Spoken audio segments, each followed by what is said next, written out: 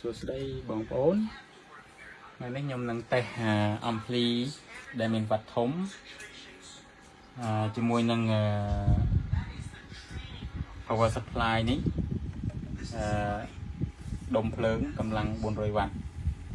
33អាំពែបាទយើងតេស្តសាកមើលជាមួយនឹងអំភ្លីឡានដែលមានកម្លាំង1200វ៉ាត់បាទអញ្ចឹងខ្ញុំនឹងតេស្តសាកមើលអញ្ចឹងយើងដកភ្លើងវា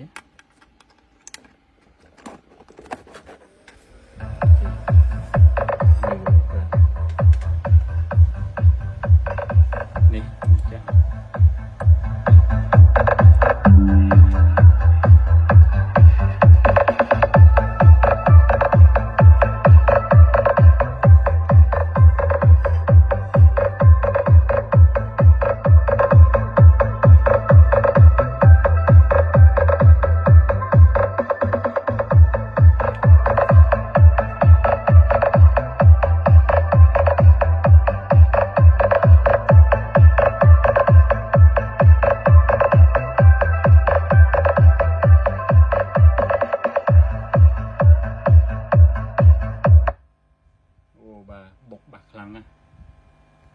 មានន័យថាវាអាចអូសដើរបានកម្លាំងបុកនេះខ្ញុំដាក់ឧបលពីទឹកកន្លះបាទកម្លាំងវា800វ៉ាត់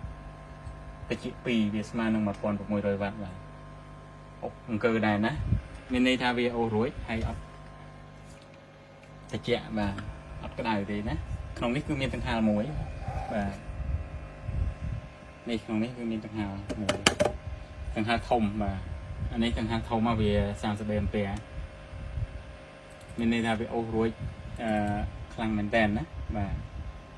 ខ្ញុំនឹងតេស្តមួយទៀត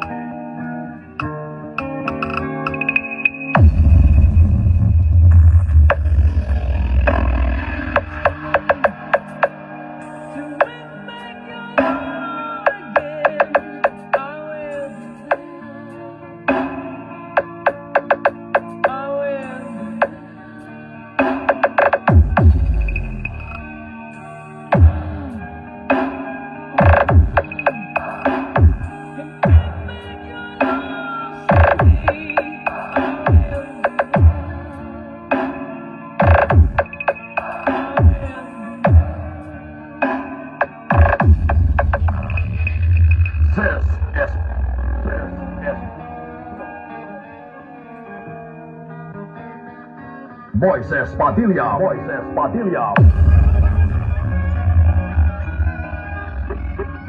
It's Club DJ Mupada.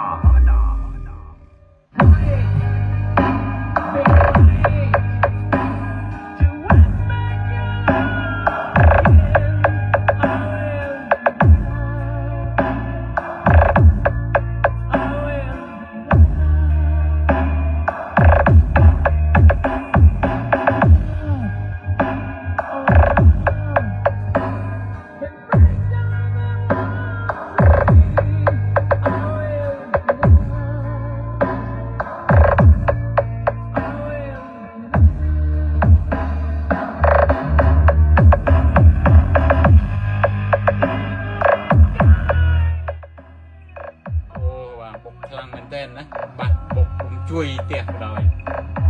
ពិតជាសាហាវមែនអានេះដុំភ្លើង33វ៉ុល33អាំពែឌុបណាតម្លៃតែ$15ទេតែអាចអូអំភ្លីនេះធំនេះ1200វ៉ាត់បានណាហើយបើឧបលប៉ុណ្ណេះឡើងកើបន្ទុកបាទមិនធម្មតាទេណាបាទអូខេអរគុណច្រើនបើចង់បានអាចទម្លាក់លេខមកនេះគឺដុំភ្លើង400វ៉ាត់បុកកម្លាំងបុកវាណាគុណនឹង2អញ្ចឹងកម្លាំងវាខ្លាំងណាស់វាចូល800វ៉ាត់ហើយអូខេអរគុណច្រើនចង់បានទម្លាក់លេខនឹងទីតាំងណា